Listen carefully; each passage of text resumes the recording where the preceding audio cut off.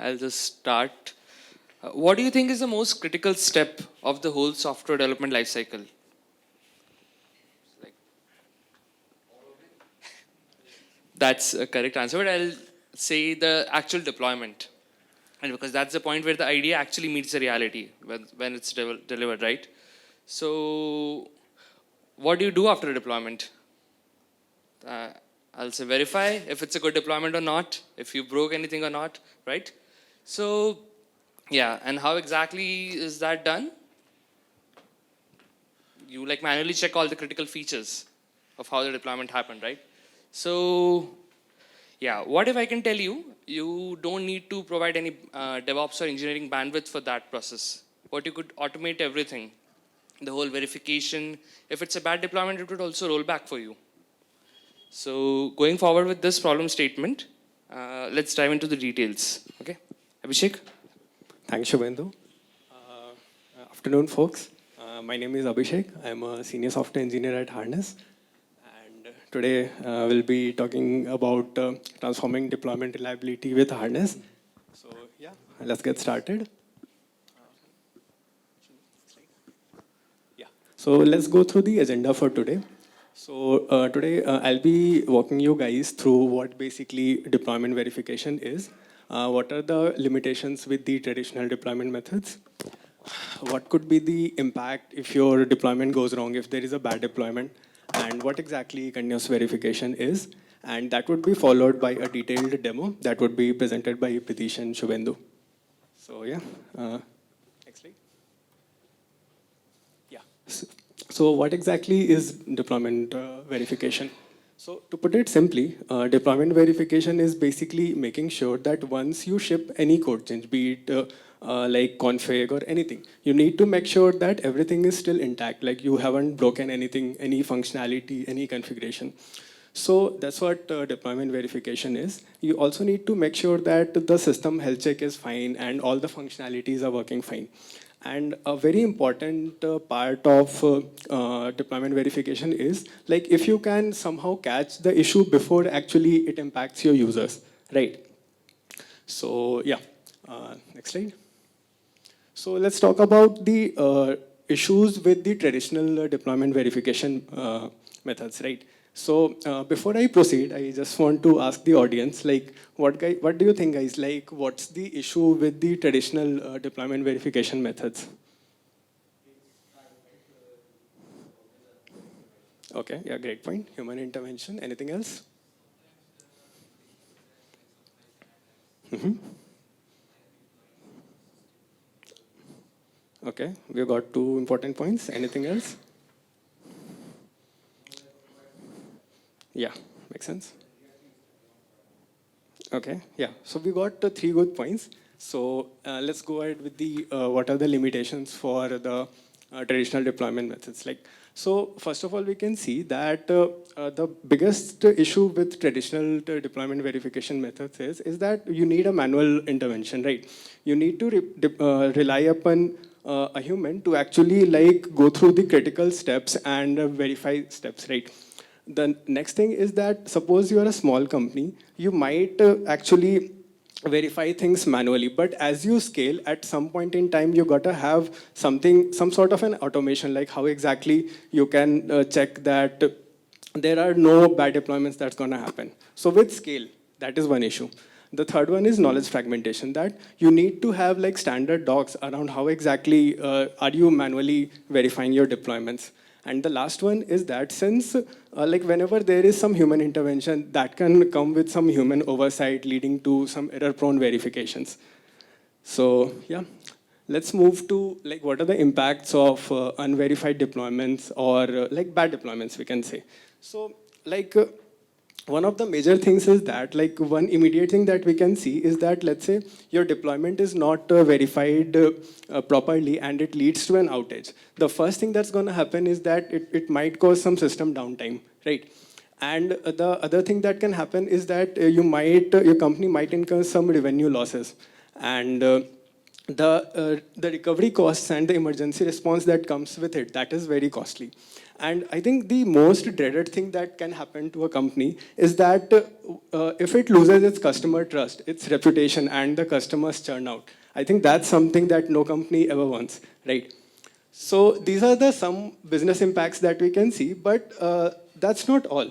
There are other things as well that are hidden. So for example, like whenever some sort of a bad deployment occurs, like followed by an outage or something, the entire engineering bandwidth goes in actually like making sure that, okay, finding out the root causes and what exactly, why exactly the bad deployment happened, right? So that leads to a lot of developer bandwidth actually went into the root cause analysis for the incident, right? So that also causes, like, let's say you had some important releases that were planned, but that those things also get delayed, right?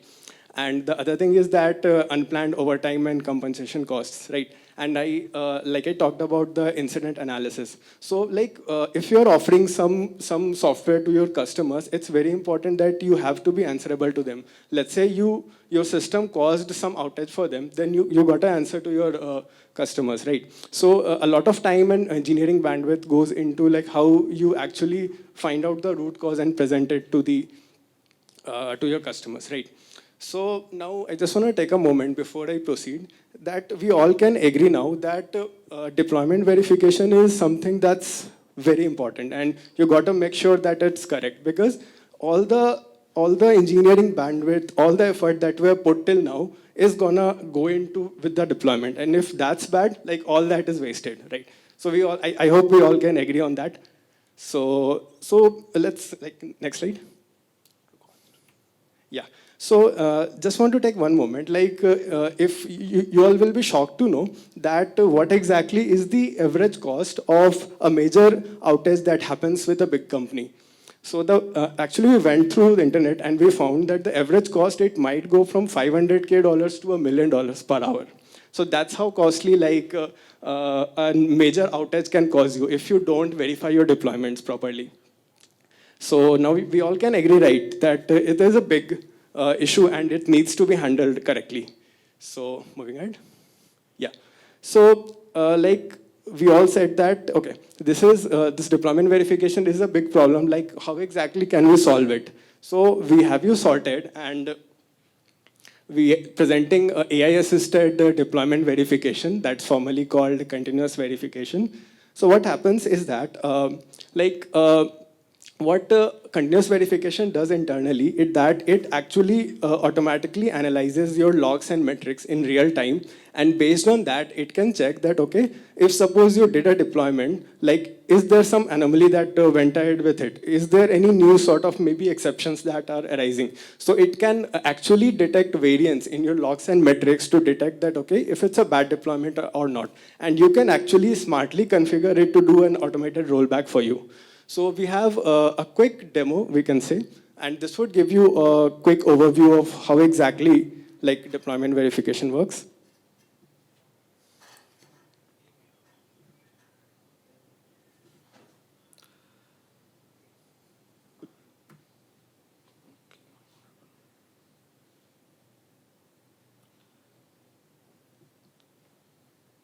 Yeah.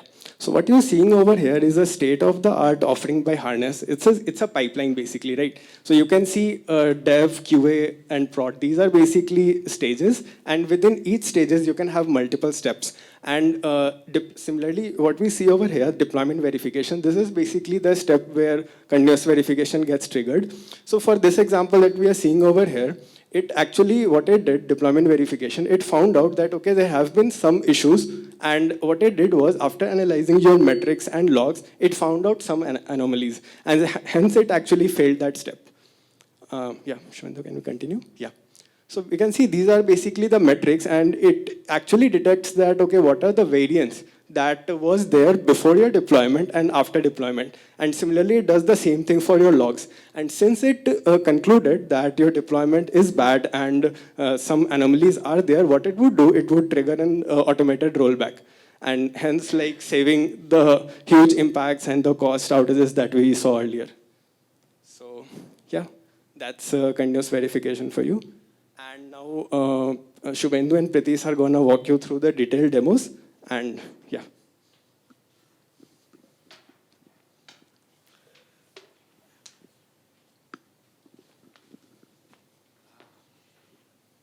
So, thank you, Abhishek, for setting up the context for the audience. And now you folks might have an idea about deployment verification and how Harness tries to solve this problem by using continuous verification. So now you all must be having a small question that, okay, we know there is a feature, but how do we set up it or how do we use it?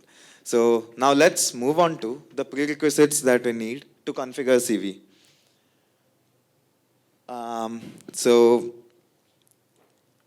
when it comes to logs monitoring or metrics monitoring, you need an APM provider. That's a must-have. APM, it's like application performance monitoring tools, and there are a lot of tools in the market. So that's the only thing you need. We don't need anything else. You just need a connection with your APM tool via harness. And let's say you don't have an APM tool configured already. So we also understand that issue, and we have taken a couple of last steps to ensure that that shouldn't be a blocker for any of you. So that's why we have an out-of-the-box offering for as Prometheus for the metrics monitoring and Elasticsearch as the logs monitoring. So these are the open source tools that's available on the internet out for free, and people can easily fork it and use it. So yeah, we also provide native connection for Prometheus and Elasticsearch. So that's how you can directly get started with configuring CV if you have a bottleneck of not having an APM provider set up already. Cool. What was next? Okay. So now there's one more grave question that must be coming to your mind, that what about our data? How secure is that? So I just want to say one thing, that we just fetch the data that you configure or that you allow us to use. So you give us the data that we need to fetch, and we just fetch those data. So your data is completely in control by you. And so that's how we have a very simple setup and giving out the maximum control to the users. Cool. And so the slide behind me, so these are all the native support that we provide with the APM tools. And we can see there are a lot of APM tool like connections that we support. And out of those, you can see there are many big players in the market, such as Datadog, Dynatrace, Prometheus and Elasticsearch are the open source ones, and AppDynamics as well. And we also provide in native support for AWS CloudWatch logs and GCO metrics and logs also. And let's say we missed some APM tool that doesn't have a native configuration. So that's when you can also use a custom health source.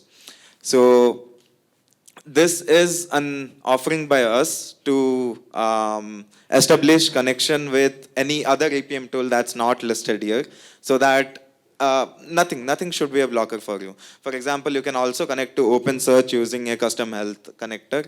And yeah, so next slide, please. Cool. Let's now move on to the demo for metrics monitoring. Cool. Now what you see in the screen is the Harness UI, a pipeline execution screen for a simple rollout deployment. So as you can see, so we have these steps as a part of our deployment process. And the first three steps are shown as service, infrastructure, and resource constraint. So these are just the initialization steps where we initialize your service and environment details and everything. And then you can see there is a rollout deployment step. And after that, there is a verify step. That's what continuous verification is. So once the rollout deployment happens, you can see. Okay. Yeah. Yeah, you can see in this screen, to give a brief overview, the rollout deployment was successful, but then there was something wrong with the deployment. Like there might be a lot of reasons the deployment might go wrong, but it will show as completed or the deployment is success. So that's when the verify step came into action, and it did the verification. And after that, it found some of like couple of anomalies in the metrics, and then it decided to roll back the deployment that it did. So that's what it's shown in brief here. And in the right hand side, right bottom, you can see there are 3 out of 5 metrics in violation. Can you please go into details for this one? Okay, cool. So this is what the continuous verification window looks like. It's majorly divided into 2 parts. The first one is the duration and the host data, and the second one is the metric summary section. So now, before we go into that, you can see there is the before and after nodes. So you can see there's one node in before and 2 nodes in after. So that's like it shows the nodes. The before nodes are the pre-deployment nodes, and the after nodes are the post-deployment nodes. Or the, like we can also say before is the primary and after is the secondary nodes. So for example, let's say like there are different types of deployment processes. Canary is one of them. And let's say you are doing a canary deployment, then during the pre-deployment process, you can like during the pre-deployment as well as the post-deployment, you can see the before nodes. And post-deployment, you will be able to see the after nodes, which will contain the primary node as well as the like the post-deployment or the canary nodes as well. And after that, we have the configured duration at the top that's set to 5 minutes.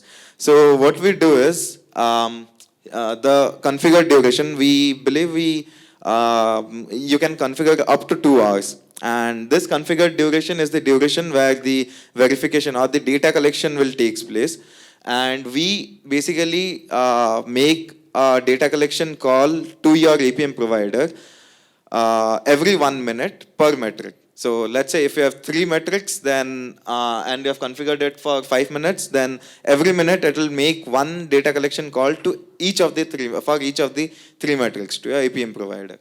And that's how it's about for the left hand part. And before coming on to the right hand part, which shows the 5 metrics that you have configured, let's actually see how you can configure it.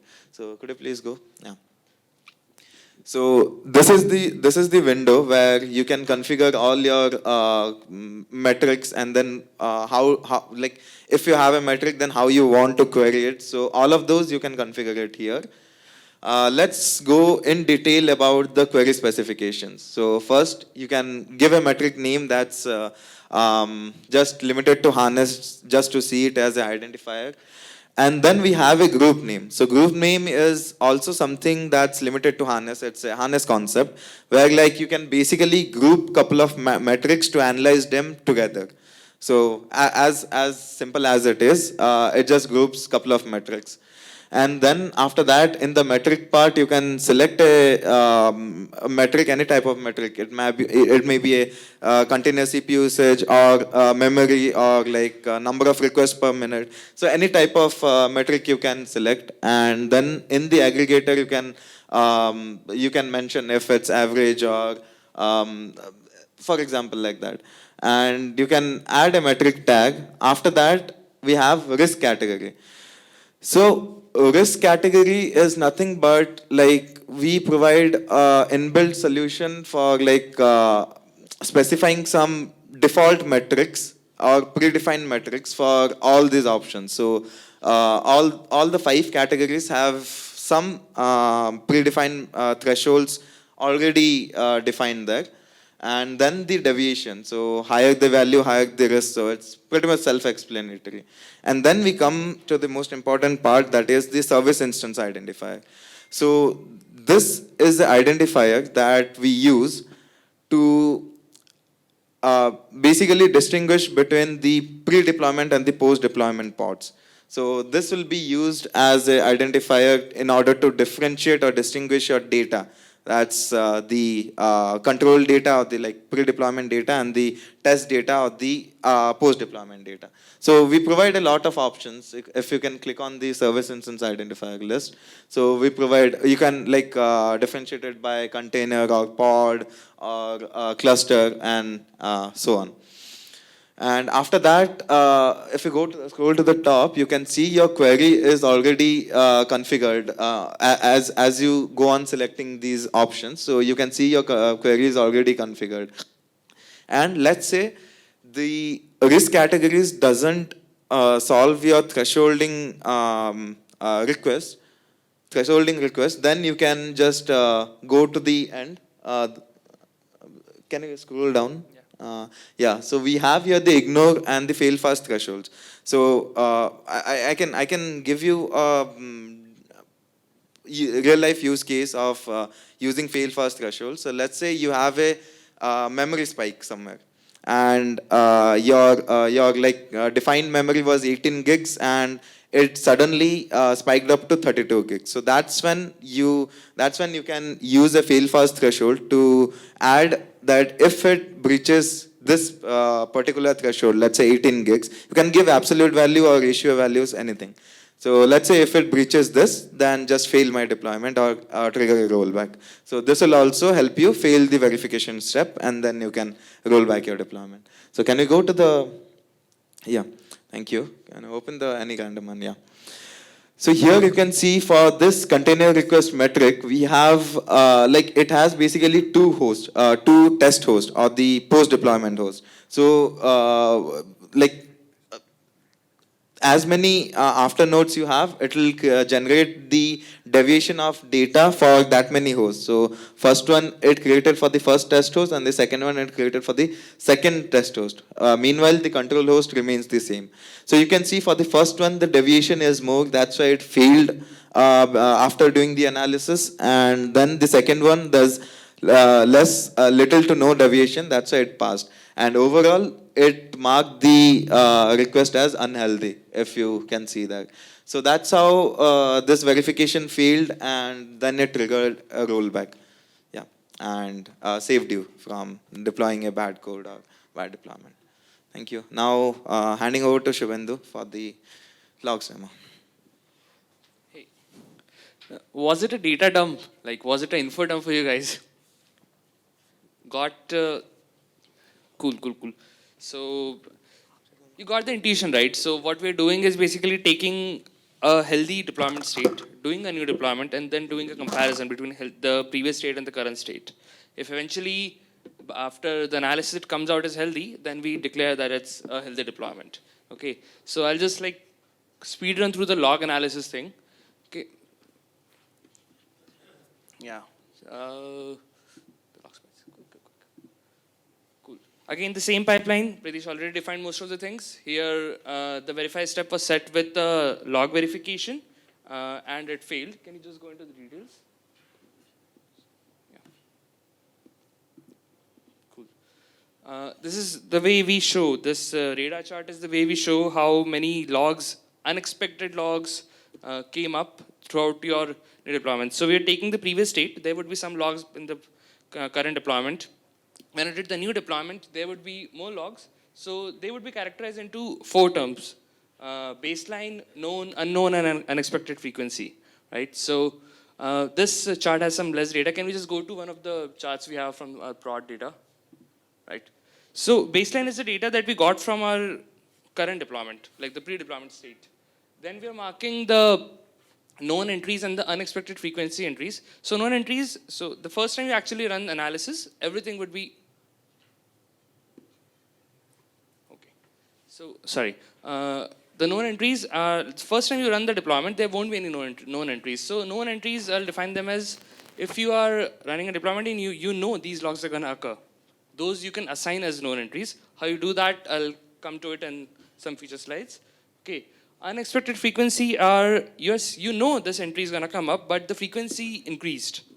And you want to mark those. And unknowns are the ones which you have, like you were not expecting them. So basically, any unknown could trigger an anomalous behavior from your application or a new deployment.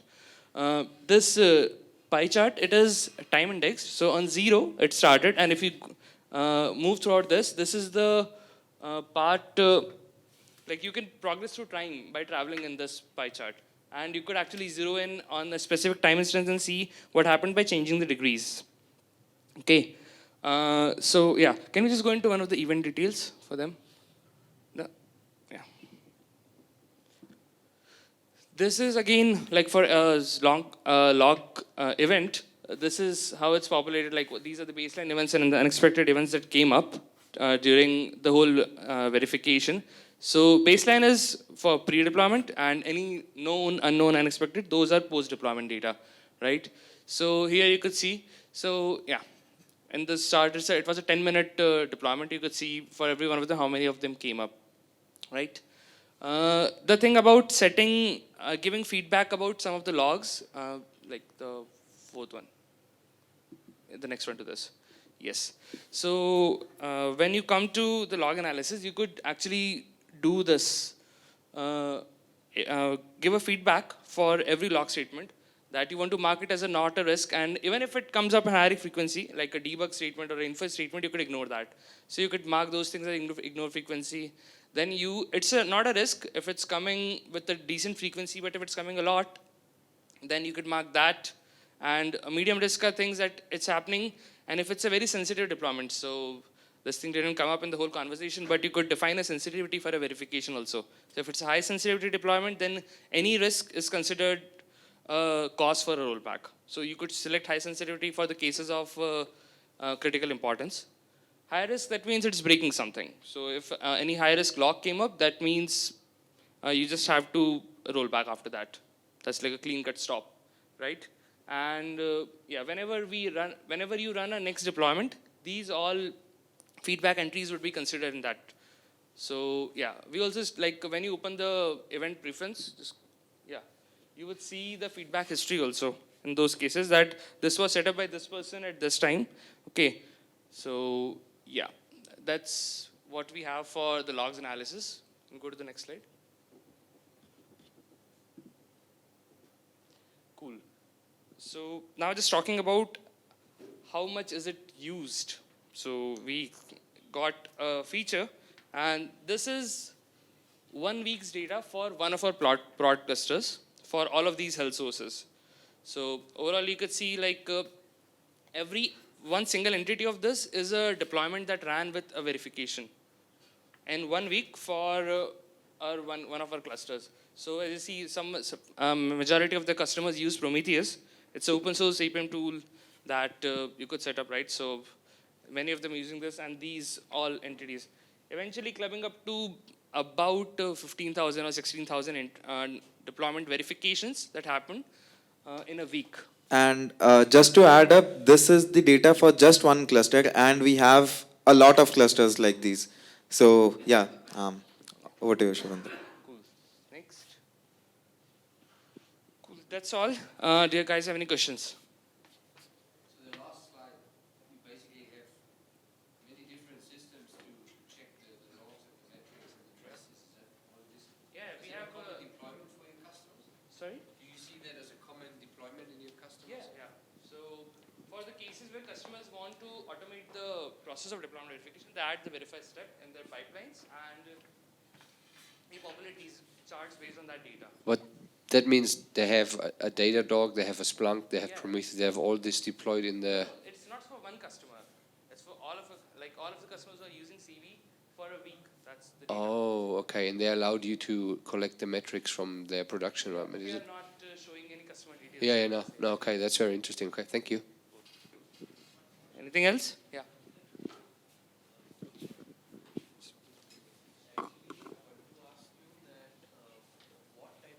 data are you gaining or Yeah, as Pritish mentioned in the prerequisites, right? So in the whole setup, we show that this is the query from which we are collecting the data from. In the whole setup, we show that, right? Can you just get back? No one. Cool, that's fine. So customers can add the query which we can collect. It's their choice what they want us to select from. Like this is for this just metrics. So even if I know a customer's average custom CPU usage that's using, it's not gonna go in and affect the security. It's not malicious, yes, exactly. And for logs, it's possible it could be, but for logs also, we give them a chance to set up a query that I just want to query these set of logs. I just want errors like this, and from those errors, I want to just pick these entries, and we'll just pick up those data. okay means the user can customize his or her own data Yes. like what they can give to you and what they can have towards themselves. Yes, yes. So yeah, you could actually select the service instant identifier. That's one of the most. But that's one field we want. And other than that, you could assign that. Okay, we just want these fields. Like for logs, let's say I just want the message. I don't want to tell which pod it's coming, like which customers it's related to. Like if it's B2C or B2B organs, right? So you could restrict whatever we are getting. Yeah. I have one more question that as he said, if there is a malicious attack and if the, or not malicious attack specifically, but if the memory spikes, then the user can roll back towards his deployment, right? And there is a checkbox right there. There's a checkbox for the field. Yeah. So automated rollback is one of our failure strategy. There is another that's called manual intervention. So let's say verification failed, then you can actually go and do a manual. What do you want to do? You can tell them you want to just mark this. It is not actually an attack. It is just expected. So you could actually mark it as a success. If you want to do a rollback, you want to do a stage rollback that you just want to go back for one of the environments. That would be a stage rollback. Or you want to go back for all of the environments. That would be a pipeline rollback. So they can select all these features. Okay, just by any case or just by any chance, if the user didn't checked the box, then what is there any system in harness that the rollback could be automatically done? So by default, it's set to manual intervention. Okay, and you can change it when you're setting up the verify step, the CV step. You could change the failure strategy to an automated rollback. It's like a one-click change in the config. Means there is an automated rollback. Yes, there's an automated rollback option. Okay, thank you. Yeah. Thank you.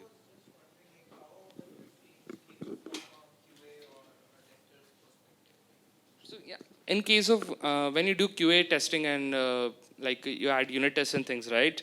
In that case, you are testing the application. This is also capturing all the infrastructure issues or the config issues that you may have, because when you're running tests, you mock the configs and everything. So let's say there was some change in the config and it broke the new deployment. That won't be caught. So in those case scenarios, and you could actually observe the system when the deployment happened, that what exactly is my current state of the system, using that by seeing the log graphs and the metric charts. So are we also bringing in intentional redundancy to just be sure, like just repeating out something? So if everything works out fine, it would actually like pass it, right? So what it's taking is like 5 to 10 to 15 minutes of your time just to confirm that nothing else is broken in the new deployment. Anything else? Yeah, please. What is the security policies that you done in the back end? Like कौन से protocols use कर रहे हो वगैरह ऐसा? So for banks you're asking, right? So, you said?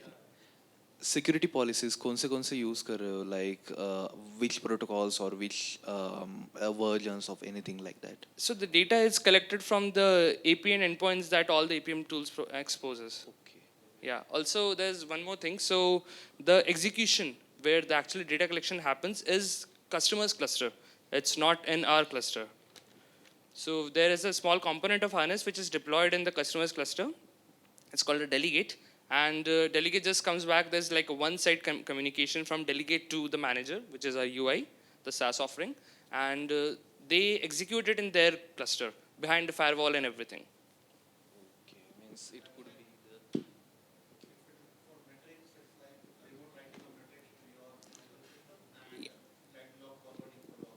No, so it's not actually forwarding the log. So let's say I created a data collection task. So the delegate would come back and say, do you have anything for me? Do you want me to execute anything? We'll just say, just execute this and give me the data that you got after filtering everything that customer wanted. That's the only data that we're getting back. Yeah.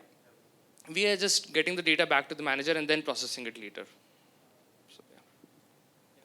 Just winding up. So, like basically all the data that we collect, like we don't pick what exactly we want to collect. It's the customers that configure that what exactly they are providing. So yeah. And just one thing to add on, CV has a free tier available, so you don't need to buy it or actually like get a license to actually try out, do some hands-on, and even use it for a small scale. Only when you want to scale, then you might need to like get a license for that. So. You can use it right now. You can just go to app.harness.io and then you can create an account. Yeah. Thank you so much.